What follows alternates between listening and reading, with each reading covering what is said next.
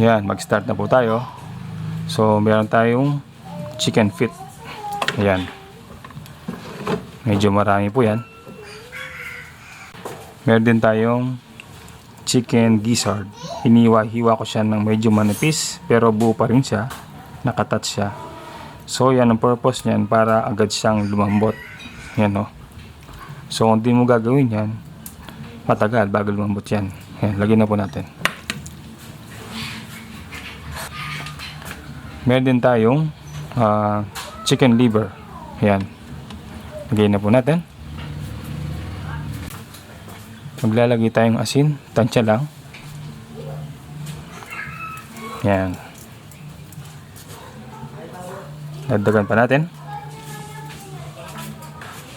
Maglalagay din tayo ng pamintang durog. Kadudurog lang yan. Meron din tayong bawang. Ayan. Maglalagay tayo ng tubig. Maglalagay din tayo ng suka.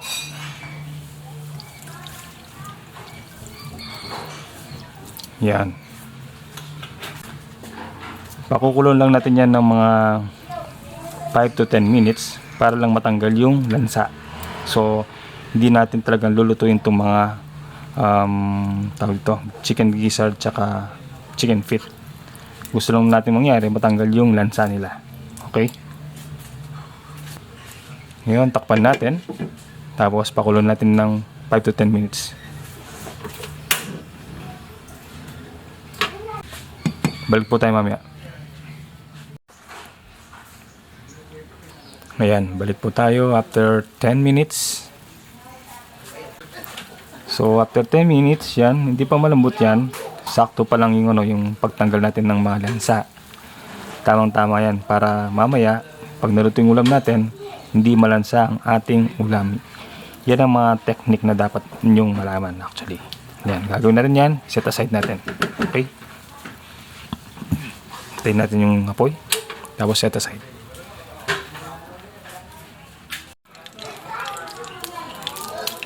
Sunod naman natin, magprito tayo ng carrot at potato. Yan. Maglagay tayo ng konting asin para may lasa na sila.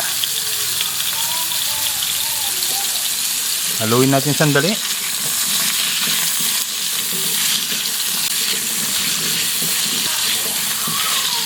So, hintayin natin maging brown ang mga edges nila or pinaka outer layer nila.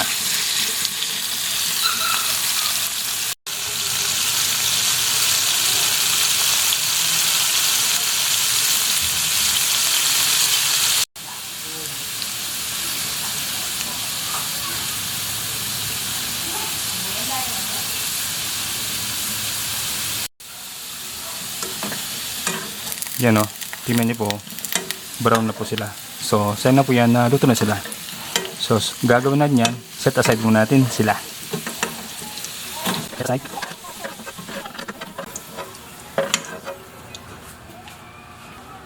Sunod natin ni prito itong chicken liver.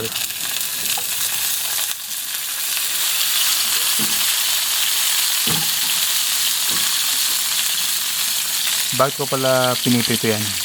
Para maging firm at hindi sila malusaw mamaya sa sarsa. Kasi kapag ganyan lang siya, madali siyang malusaw. Kasi yung chicken liver at malambot lang, hindi kagaya ng pork liver. Yung pork liver, habang tumatagal sa init, tumitigas, kumukunat. Ito, lumalambot po. So balikan po natin mamaya.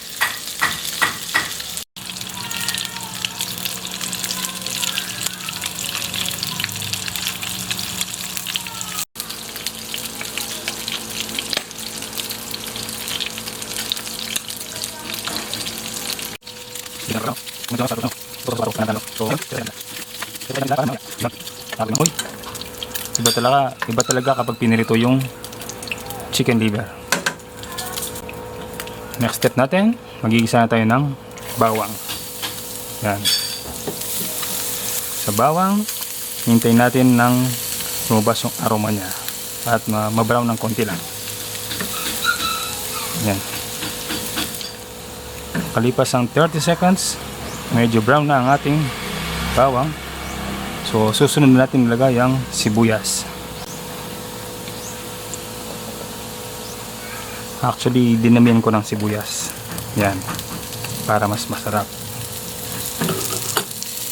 Sa sibuyas, hintayin natin silang maging translucent or lumambot para lumabas yung pagkanamis-namis ng sibuyas.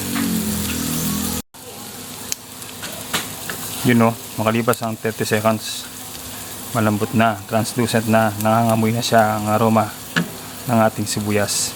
So sa puntong ito, lalagyan na po natin yung chicken feet at chicken gizzard. Ito po yung chicken feet. Nanigas na. Ito naman yung balon-balon na chicken gizzard.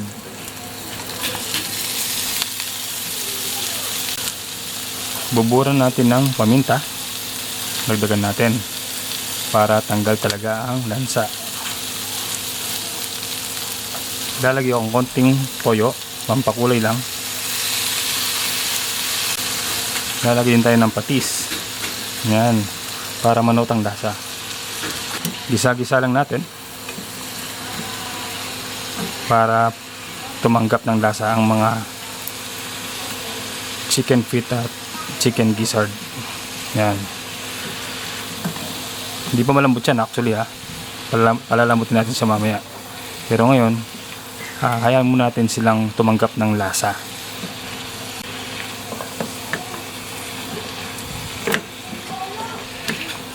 Yung sa tingin nyo well blended na yan, so gagawin natin, takpan natin siya.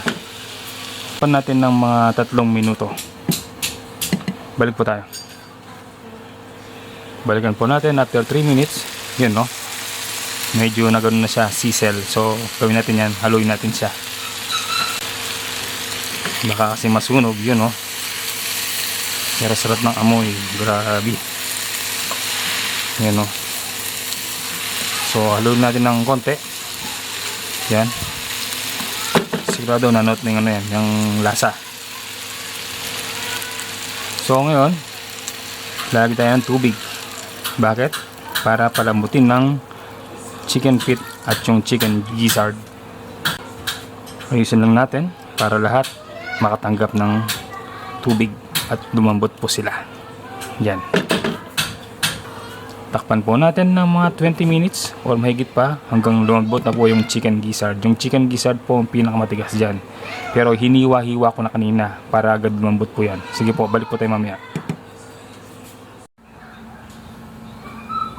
Balikan po natin after 20 minutes. Yan o. Itong mga paa malambot na. Nagkabitak-bitak na. Itong chicken gizzard, panigurado malambot na rin yan. So ang next step natin, maglalagay tayo ng tomato sauce. Ito ang tomato sauce natin. Simutin natin.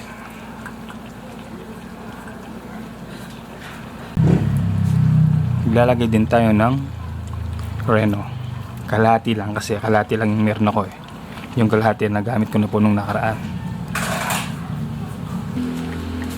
Maglalagay din tayo ng oyster sauce. 30 grams yata to. So ang gamit kong oyster sauce, dato puti. Hindi po yan sponsor, pero nasa link po yan. Ito na rin po yung yung tomato sauce. Hindi rin po yan tag to. Hindi rin po sponsor, pero nasa link po yan. Meron din po akong isang Knorr. Yan, Knorr chicken. So nasa link din po yan. Gusto nyong bumili sa sa online. Ngayon, haluin natin. Halo-halo. Sarap ng amoy, grabe.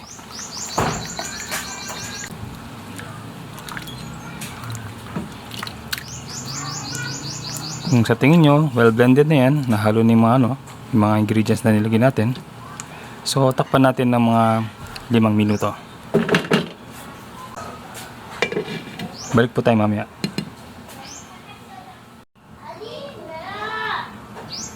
Yan. Balikan po natin. Tignan naman po. Sarap ng itsura oh.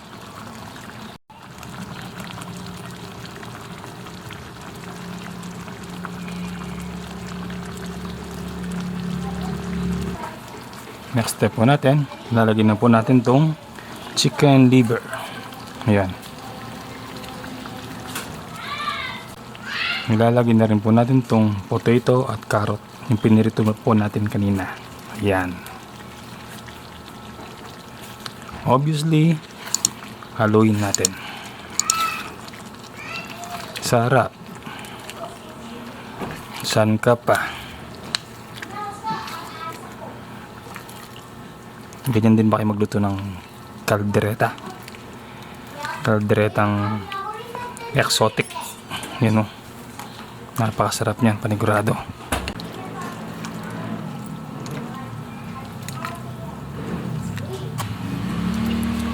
So, ayusin lang natin.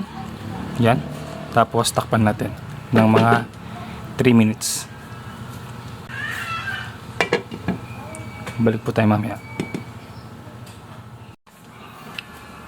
Ayan, makalipas po ang 3 minuto, ready na po yan. Pero bago po natin buksan, mag-shoutout muna tayo. Okay, ito po yung kopya natin. So, shoutout po kay Rex Aguilar from Manila Zoo. Kay may KG from England. Hirap naman pangalan niya, grabe. Sana na-pronounce ko siya ng tama. Yung pangatlo naman po si Simplicio Pascual from Antipolo, Rizal. Yan. Si Madam Laila Salman from Bahrain. Okay, shoutout po. Mary Flores from Laurel, MD. Elsa from Florida, USA. At si Madam Florencia Enero from Taiwan. Shoutout po sa inyo pong lahat. Ingat po lagi at God bless. So ngayon, open na po natin itong ating finished product. Ayan, tignan niyo po. Pakita ko lang po siya ng malapitan.